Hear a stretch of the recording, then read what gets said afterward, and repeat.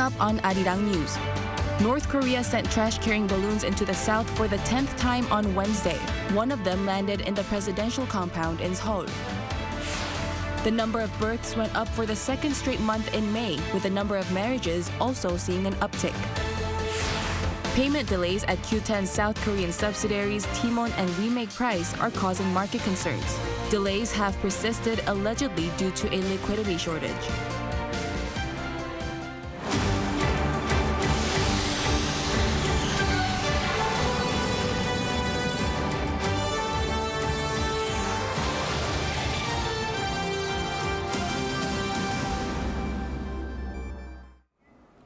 Welcome to the 9 p.m. edition of Arirang News. I'm Choi Min-jung. A balloon carrying trash sent by North Korea landed in South Korea's presidential compound earlier today. The presidential office says it understands the seriousness of this latest incident, as the regime sent more than 300 balloons today alone. Here's the latest. North Korea sent a 10th round of trash-carrying balloons to the south on Wednesday, and one of them landed within the compound of South Korea's presidential office. The Presidential Security Service said nothing dangerous was found after an investigation by its response team. But a presidential official said that the office is aware of the seriousness. The official added that the exact location of the balloon was tracked in real time before it dropped, and that it's monitoring the situation in cooperation with the Joint Chiefs of Staff. The military has been refraining from shooting the balloons down in mid-air to prevent their contents from spreading and causing further damage. Since late May, North Korea sent more than 3,000 trash balloons to the south in protest against anti-Pyongyang leaflet campaigns by North Korean defectors in the south. And the provocations continue despite South Korea resuming full-scale propaganda loudspeaker broadcasts along the entire border for the fourth day in a row on Wednesday. The North appears to have begun blasting buzzing sounds through its loudspeakers as well to prevent North Korean soldiers and residents from hearing the South's propaganda broadcasts. Defense Minister Shin Won-sik reiterated on Wednesday the military's firm readiness against any possible North Korean provocations. These include potential gunfire attacks on places where anti-Pyongyang leaflets were sent to the north from South Korea. Our correspondent Kim Jung-sil reports. South Korean Defense Minister Shin Won-sik said the military was closely monitoring North Korea for signs of any possible attack, including gunfire, against places where South Korean civic groups sent leaflets to the north.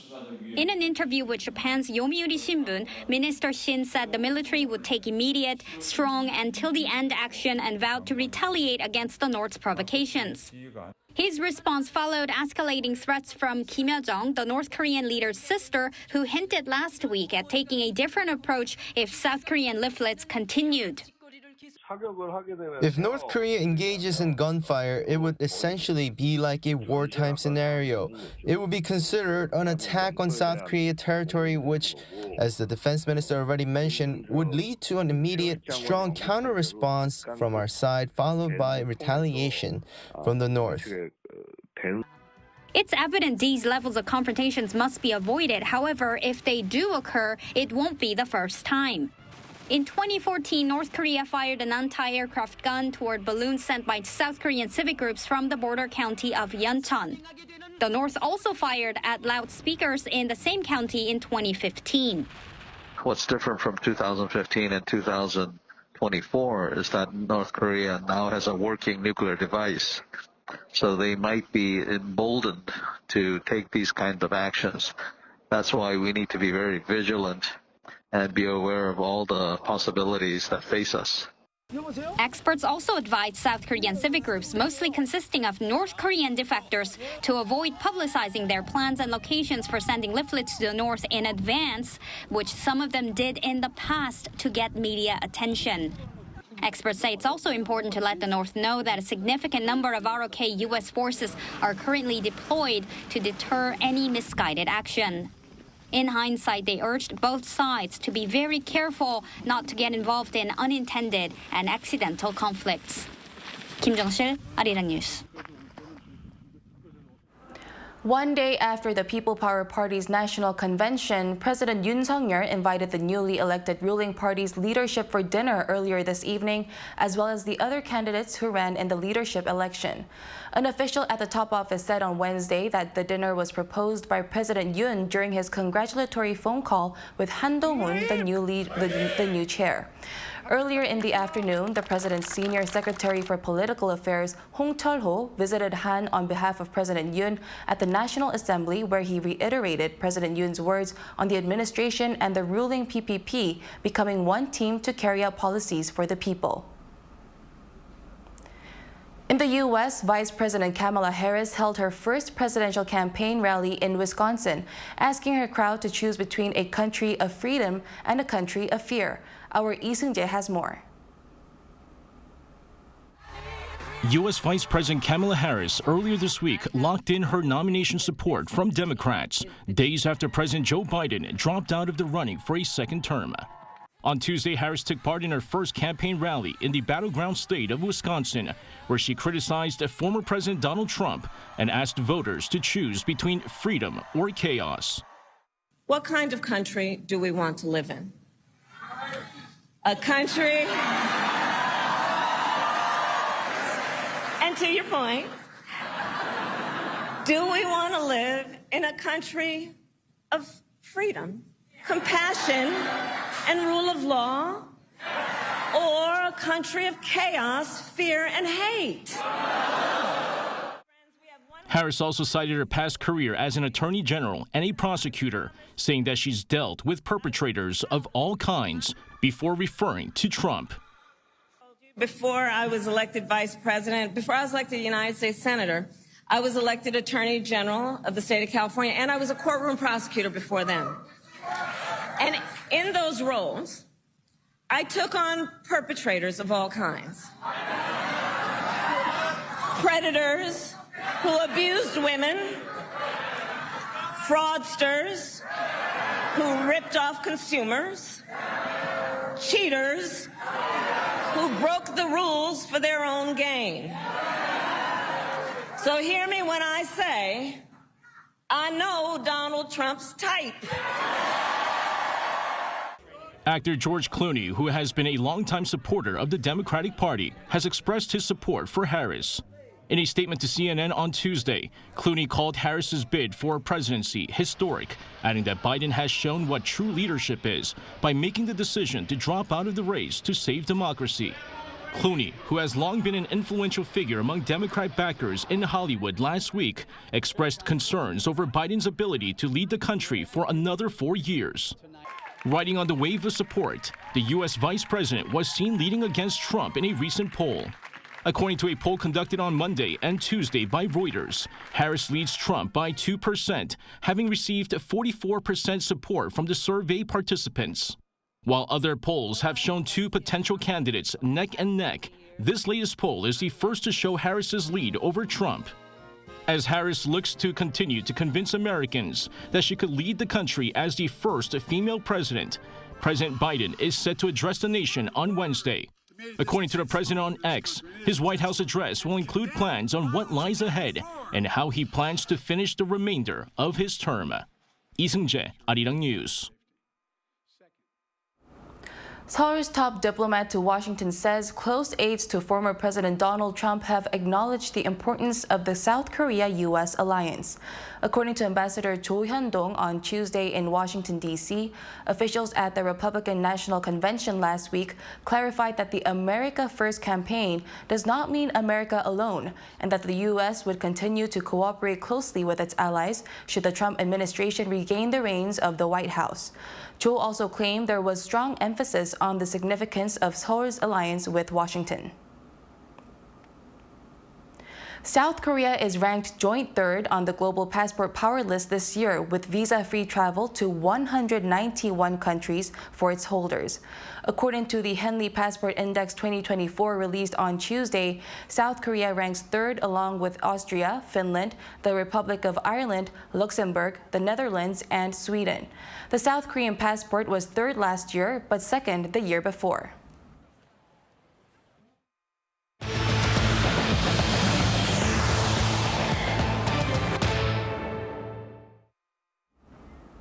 In other news, the number of births went up for the second straight month in May, with the number of marriages on an upward trend.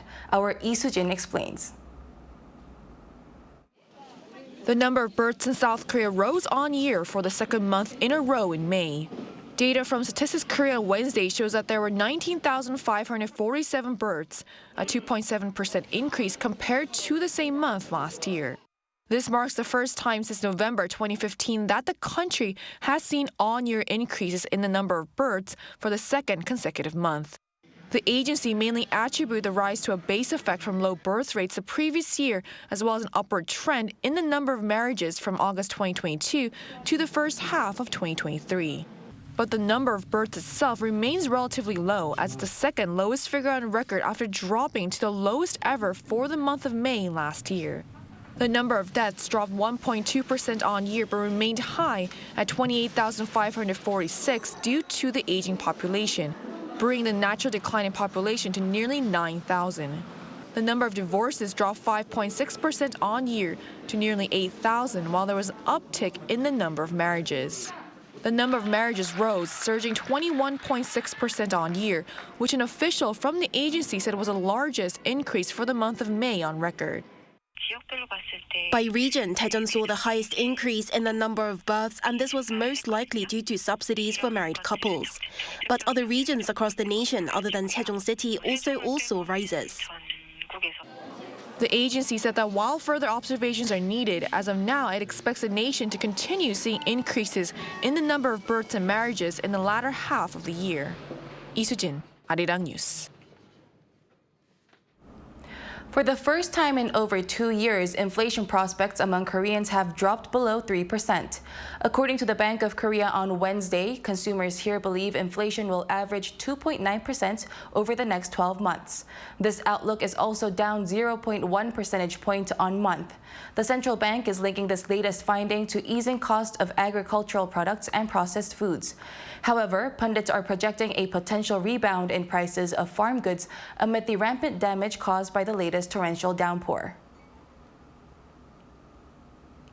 Meanwhile, delayed refunds and payments by South Korean affiliates of Singapore-based e-commerce platform Qoo10 are causing market chaos. The delay by the online marketplaces TMON and WeMakePrice began earlier this month. It has sellers waiting for payments and customers for refunds on unshipped products or canceled services, such as tour packages. Sources say the issue stems from a liquidity crisis at Qoo10 after the takeover of another shopping platform in spring did not leave enough money for transactions. Meanwhile, an official at South Korea's presidential office said Wednesday that the office will do its best to minimize the damage to customers and sellers. South Korean makeup products are enjoying record high levels of global popularity. According to data from the Ministry of SMEs and Startups on Wednesday, exports of domestic cosmetics from SMEs rose by 30.8% between January and June this year compared to last year. This is the highest export value on record for this period. The ministry has pledged to boost the cosmetics industry and aims to reach $10 billion in makeup exports from SMEs by 2027. It's also setting up K-Beauty Creator Challenge, giving marketing and export strategy consulting.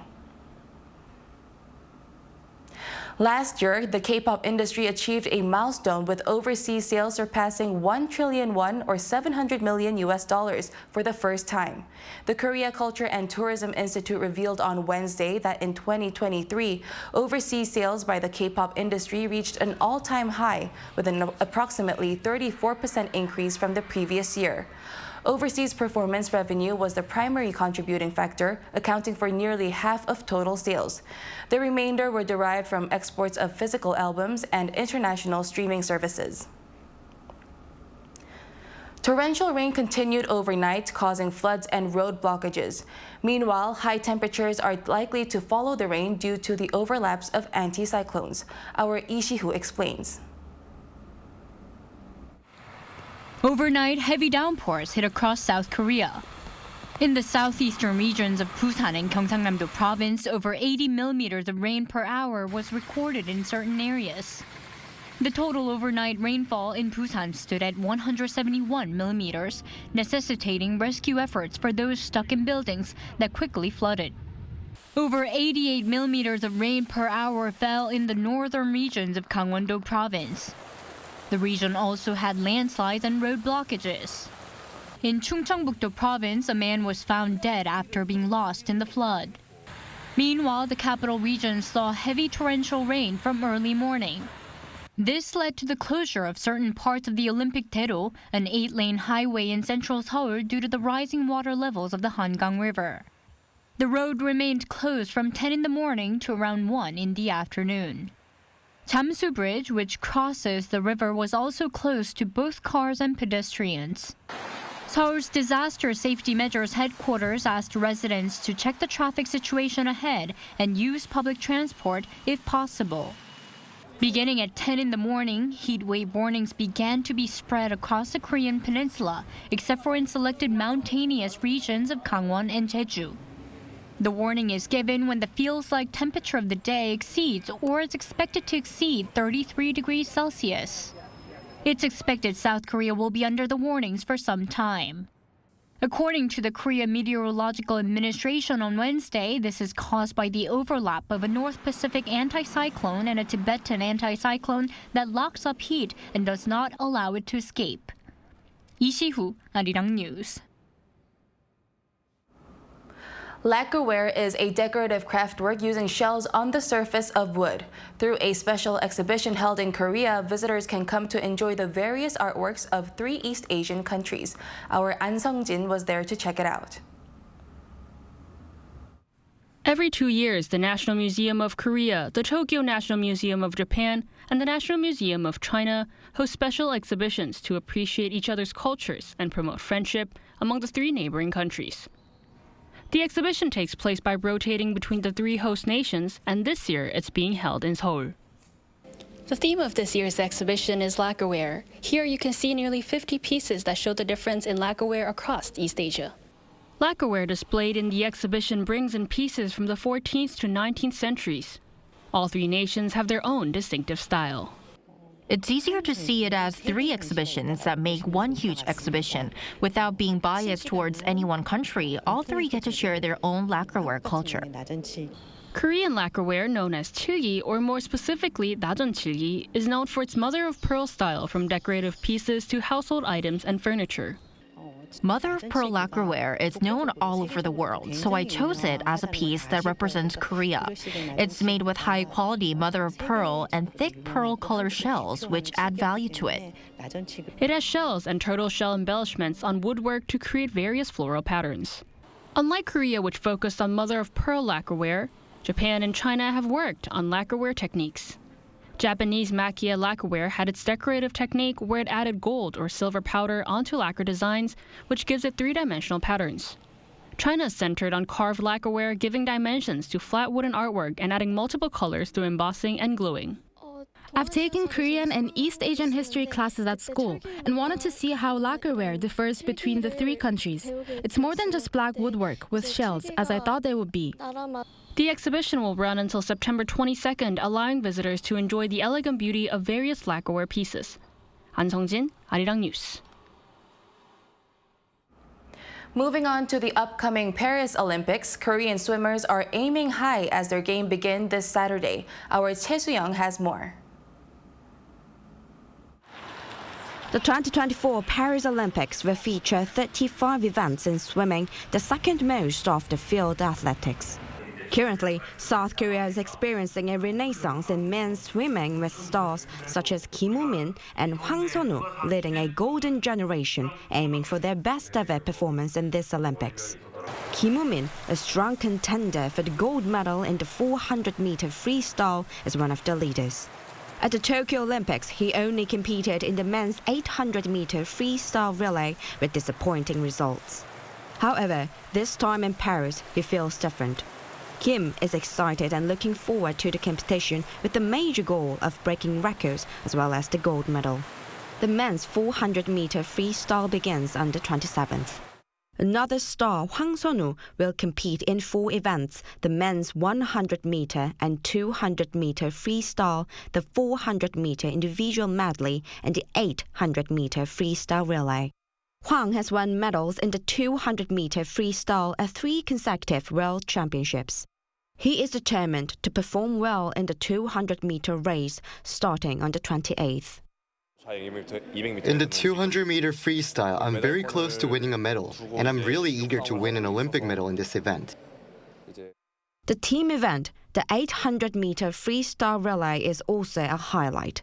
Team Korea finished 13th in the preliminaries in the 2020 Tokyo Olympics. However, in the last year's Hangzhou Asian Games, led by Kim and Hwang, the golden generation set a new Asian record and won the gold medal. This has raised expectations for the team event, which includes 6 members, Lee Ho-jun, Kim Young-hyun, Lee Yoo-yeon, and Yang Jae-hoon, along with Kim and Hwang. We're focusing a lot on the 800-meter freestyle relay. The 6 of us are working well together on strategies and race planning to show great performances and results in Paris. In Paris, Team Korea is looking forward to strong swimming performances from the golden generation in this new era. Choi Seung-hyun, Arirang News.